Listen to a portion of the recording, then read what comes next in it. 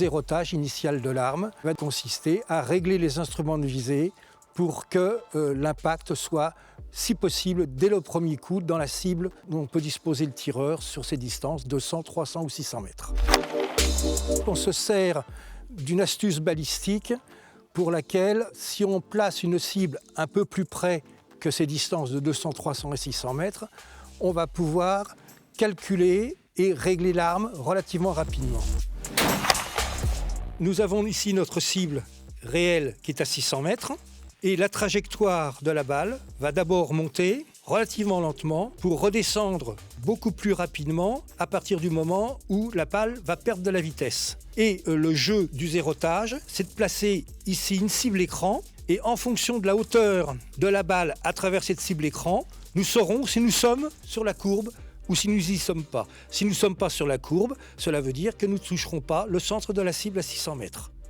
Alors pour régler cette arme, on va se servir de notre fameuse échelle et on va corriger sur les instruments de visée en fonction de la distance considérée. Si par exemple le tir est trop haut, on va faire descendre le tir pour que ça corresponde à l'échelle considérée.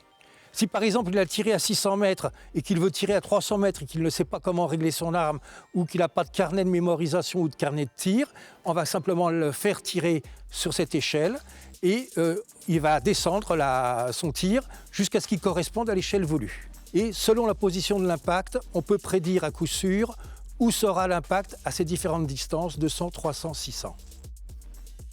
Si on règle correctement les instruments de visée sur cette bulle noire, l'impact va se trouver à la distance graduée sur cette échelle de 200, 300 ou 600 mètres, qui sont des distances qui vont monter progressivement pour tenir compte de la courbe balistique de la balle.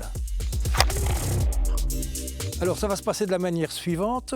Pour un nouveau licencié ou pour un licencié plus ancien, qu'il soit tireur averti ou pas, il va passer systématiquement dans l'installation du CNTS pour vérifier que son arme est réglée correctement, pour éviter tout dégât et puis de perdre son temps à chercher où est l'impact, etc., etc.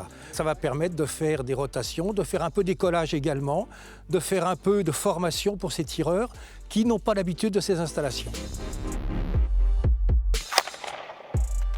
On peut toujours arriver à avoir un tireur qui s'inscrit et qui dit oui, moi je suis réglé, je sais que mon arme, je suis un tireur confirmé.